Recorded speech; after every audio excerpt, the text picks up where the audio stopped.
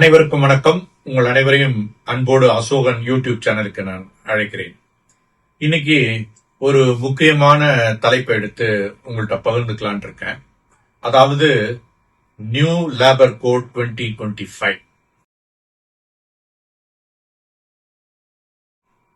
என்னன்னு பாத்தீங்கன்னா, இதுக்கு முன்னாடி ஒரு லேபர் லாஸ், அதாவது தொழிலாளர்கள் சட்டங்கள் ஒரு 29 சட்டங்கள் இருந்ததுங்க. அத சுருக்கி 4 சட்டத்துல கொண்டு வந்துட்டாங்க.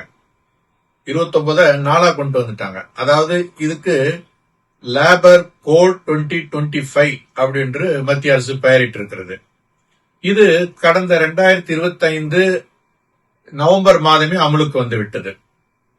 இது இந்த லேபர் என்ற வார்த்தை, தொழிலாளர் என்ற வார்த்தை கான்ஸ்டிடியூஷன் ஆஃப் இந்தியாவில் அது கன்கரண்ட் லிஸ்டிலே இருக்கிறது, பொது விதியிலே இருப்பதால் அதை மத்திய அரசும் சரி மாநில அரசும் அதிலே பங்கேற்க வேண்டும். அது அவர்களுடைய சட்டத்தை ஏற்ற வேண்டும். எனவே இந்த labour laws and labour code very important.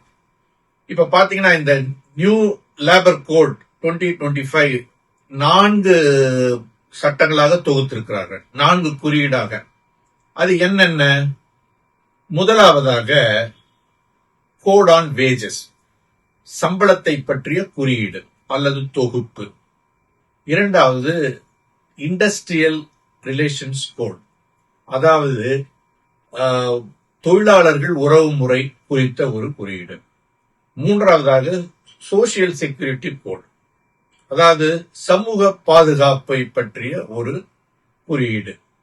நான்காவது occupational safety, health and working conditions, அதாவது தொழிலாளர்களுடைய அவருடைய பாதுகாப்பு மற்றும் சுகாதாரம் மற்றும் அவர்களுடைய பணிகளுடைய நிலவரத்தை குறித்த ஒரு குறியீடு. இவற்றையெல்லாம் இந்த 4 அவர்கள் வகுத்திருக்கிறார்கள்.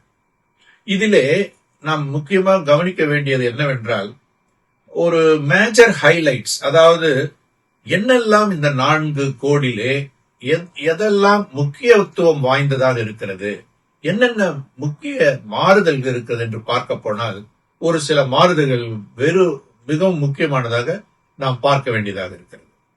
முதலாவதாக, ஒரு பணியில இருக்கும் ஒரு தொழிலாளருக்கு அவருடைய சம்பளம் முக்கியமானது. இப்ப இந்த நியூ லேபர் கோட்ல என்ன பண்ணிருக்காங்கன்னா, அவருடைய மாத சம்பளம், அந்த அவருடைய அடிப்படை சம்பளமானது, பேசிக் சேலரி என்பது அவருடைய டோட்டல் சிடிசி, அவருடைய மொத்த சம்பளத்திலே மினிமம் 50%, அதாவது 50% அவருடைய அடிப்படை சம்பளம் இருக்க வேண்டும். அந்த சிடிசியில 50% இருக்க வேண்டும் என்பது இதில் ஒரு குறியீடாக வந்திருக்கிறது. மற்றும் ஒரு தொழிலாளி ஒரு நாள் 12 மணி நேரம் வேலை செய்யலாம் என்று வந்திருக்கிறது. ஆனால் அதே நேரத்தில் ஒரு வாரத்திற்கு அவர்கள் 48 மணிக்கு மேல் வேலை செய்யக்கூடாது. அப்படி 48 மணிக்கு மேல் வேலை செய்தால் அவர்களுக்கு ஓவர் டைம் கொடுக்க வேண்டும். அது மட்டுமல்ல, அதாவது தொழிலாளர்கள் அவர்களுடைய 40 வயதை கடந்திருந்தால் அவர்களுக்கு நிர்வாகமே அவர்களுக்கு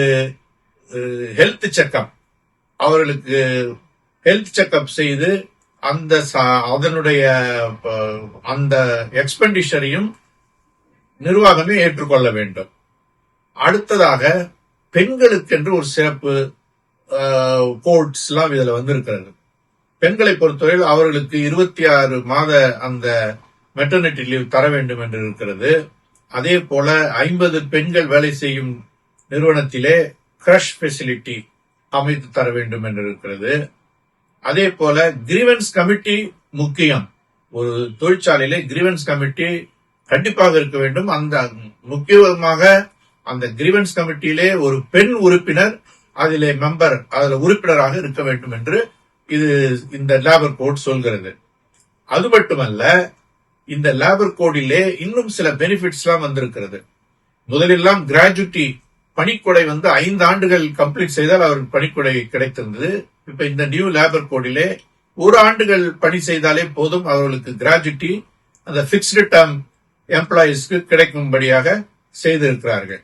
மற்றும் பெண்களுக்கு நைட் ஷிப்ட் செய்யலாம் என்று இந்த கோடில் இருக்கிறது. ஆனால் முக்கியமாக நைட் ஷிப்ட் செய்தால் மட்டும் பத்தாது, அது அவர்களுடைய ஒப்புதலோடு அந்த நைட் ஷிப்ட் அவர்களுக்கு வழங்க வேண்டும். அது மட்டுமல்லாது, அவர்களுக்கு நைட் ஷிப்ட் செய்யும் பொழுது அவர்களுடைய பாதுகாப்பு, அவர்களுக்கு வேண்டிய போக்குவரத்து வசதி எல்லாவற்றையும் செய்து நிர்வாகம் பொறுப்பேற்க வேண்டும் என்று இந்த கோடிலே, சட்டத்திலே சொல்லப்பட்டிருக்கிறது. இப்பொழுது இந்த தொழிலாளர்களுடைய அவர்களுக்கு என்னென்னலாம் பெனிஃபிட், என்னெல்லாம் பயன்கள் என்பதை நாம் பார்த்தோம். இப்பொழுது ஒன்றை நாம் கவனிக்க வேண்டும். இதிலே தொழிலை நடத்துகிற அந்த முதலாளிக்கு என்ன முக்கியமான கடமை, அவர் என்னவற்றையெல்லாம் அவர் பின்பற்ற வேண்டும் என்பதையும் பற்றி பார்ப்போம். அதுல ஒரு 4-5 முக்கியமான காரணங்கள் இருக்கிறது. அதாவது முதலாவதாக 300க்கும் குறைந்த பணியாளர்கள் இருக்கும் பட்சத்தில் அவர்கள் லே ஆஃப் தரலாம். 300க்கும் குறைவாக இருக்கும் தொழிலாளர்கள் அவர்கள் முதலில் லே ஆஃப் தரலாம். அதற்கு அரசாங்கத்தின் அனுமதி தேவையில்லை என்பது இது ஒரு சட்டத்தில் இருக்கிறது. இதைத்தான் நிறைய ட்ரேட் யூனியன்ஸ்கள், கட்சிகள் எல்லாம் எதிர்க்கின்றன. முதலாளிகள் அவர்கள் இஷ்டத்திற்கு 300க்கு கீழே இருக்கும் நிறுவனத்தை மூடிவிடுவார்கள் என்ற ஒரு அச்சம் அவர்களுக்கு இருக்கிறது, எழுப்பியிருக்கிறார்கள். பார்ப்போம். அடுத்ததாக 300க்கும் மேற்பட்ட தொழிலாளர்கள் இருக்கும் பட்சத்தில் ஸ்டாண்டிங் ஆர்டர் அது மிக முக்கியம். ஸ்டாண்டிங் ஆர்டரை உரிய அத்தாரிட்டியிடம் பெற வேண்டும் என்று இருக்கிறது. அடுத்ததாக ஐஆர்லே வருகிறார்கள். முதலாவதாக எந்த ஒரு தொழிற்சாலையிலும் நிறைய ட்ரேட் யூனியன்ஸ்கள் இருக்கலாம், இல்லது ஒரு சில ட்ரேட் யூனியன்கள் இருக்கலாம். அப்படி இருக்கும் பட்சத்தில் எந்த ஒரு யூனியன் 51% மேல் தொழிலாளர்களை தங்கள் உறுப்பினர்களாக வைத்திருக்கிறார்களோ அந்த தொழிற்சங்கத்தை, யூனியனை நிர்வாகம் நெகோசியேட்டிங் ஸ்டேட்டஸ் அவர்களுக்கு ஆட்டோமேட்டிக்காக வந்துவிடும். இன்னொன்று, எந்த ஒரு யூனியன் 20% தொழிலாளர்களை வைத்திருக்கிறதோ அதற்கு மற்றும் ஒரு நெகோசியேட்டிங் கவுன்சில் ஆக அவர்கள் செயல்படுவார்கள் என்ற ஒரு சட்டம் இதிலே போட்டிருக்கிறார்கள். எனவே இப்பேற்பட்ட நிறைய மாறுதல்களையும் பல நன்மைகளையும் பல மாற்றங்களையும் கொண்டு வந்து இந்த லேபர் லாஸ் என்ற ஒரு பெரிய ஒரு மிக அளவிற்கு அதிகமான சட்டங்கள் 29 நிறைய சட்டங்கள் இருந்ததை 4 கோடாக பிரித்து எளிமையாக்கி இருக்கிறார்கள் என்றுதான் நான் கருதுகிறேன். எனவே நீங்கள் அதை பற்றி என்ன கருதுகிறீர்கள் என்று என்னிடம் பகிரலாம். இத்துடன் இந்த என்னுடைய உரையாடலை முடித்துக் கொள்கிறேன். மேலும் ஒரு நல்ல தலைப்போடு உங்களை நான் மீண்டும் சந்திக்கிறேன். இந்த என்னுடைய யூடியூப் சேனலை இதுவரை சப்ஸ்கிரைப் செய்யாதவர்கள் சப்ஸ்கிரைப் செய்யுங்கள். பிடித்திருந்தால் லைக் செய்யுங்கள், ஷேர் பண்ணுங்கள்.